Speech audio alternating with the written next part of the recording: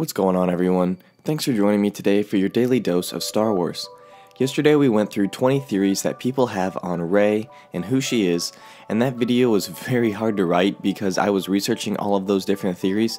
In my mind, a lot of them didn't make sense to me, so it was very hard to write and try and present them in a way that would seem plausible, but I hope you enjoyed that.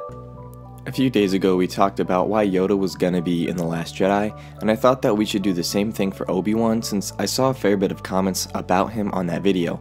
So with that being said, let's get into it.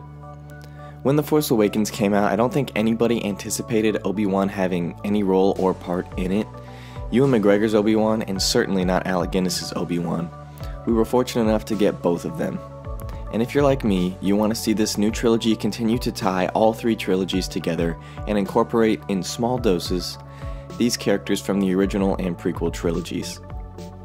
We got our first impression of Obi-Wan in this new trilogy when he made an appearance in Rey's vision. After Rey grabs the Skywalker lightsaber and triggers her vision, Obi-Wan comes in when we see Kylo saying, "You will be tempted," and again when he calls Rey out by name. Rey? And finally we get Ewan's Obi-Wan at the very end as she stumbles back into reality with, "These are your first steps."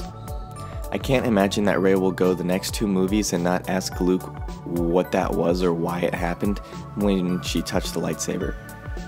That really gave her a fright, and when she asked Maz Kanata about it, she was teary-eyed. That's just one way for Obi-Wan to fit into this film. But will he? Way back in February 2016, Star Wars Newsnet had their first real information that could lead to Obi-Wan appearing in The Last Jedi. Their source on this information was Jordan Mason, who has been a contributor to StarWars.com and is the editor-in-chief for Cinelinx.com. He had the following to say. Back in December, towards the end of the month, I got word from my sources that Ewan McGregor's name had appeared on a costume fitting list over in the production offices. I was certainly intrigued by the idea, but no one was sure what project it could have been for. Rogue One was still filming at the time, and it's not unheard of for actors to reprise their roles for other areas, like Disney's planned Star Wars experiences or their parks. Despite some things being unlikely, I couldn't definitively say what this fitting list could be connected to, so I kind of sat on this news. While this is obviously still a rumor and doesn't confirm much of anything, considering what I'd heard back in December about Ewan McGregor, this makes a lot more sense all of a sudden. But still, take the info with a grain of salt.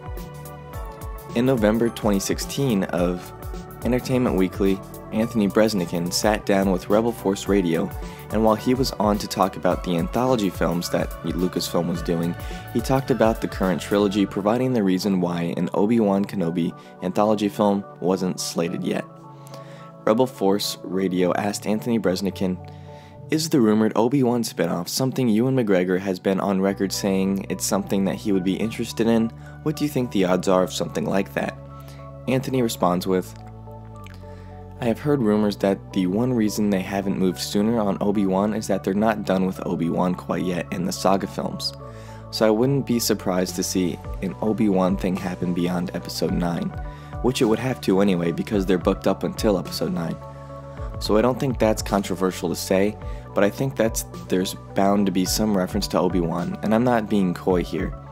This is literally all I know is that Lucasfilm's thinking is, if you want to tell an Episode 9 story, it's better that it happens after the first trilogy, because things that happen in it can be a reference to the Force Awakens trilogy, if that makes any sense.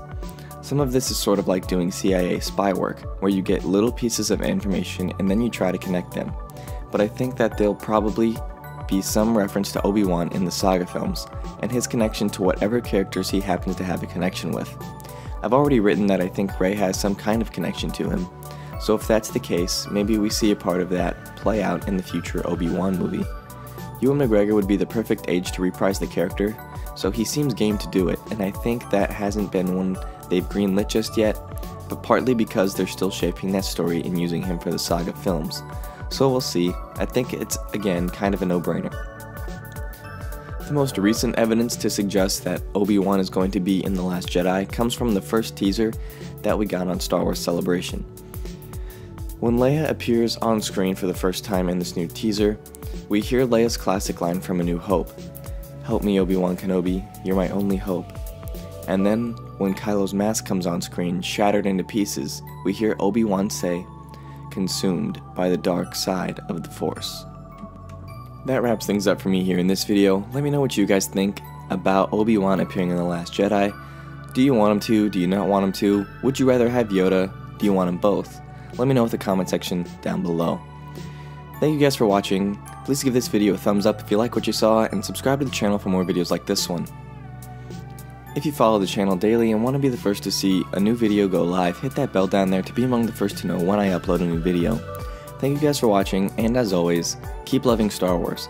I'll catch you guys in the next one. Peace.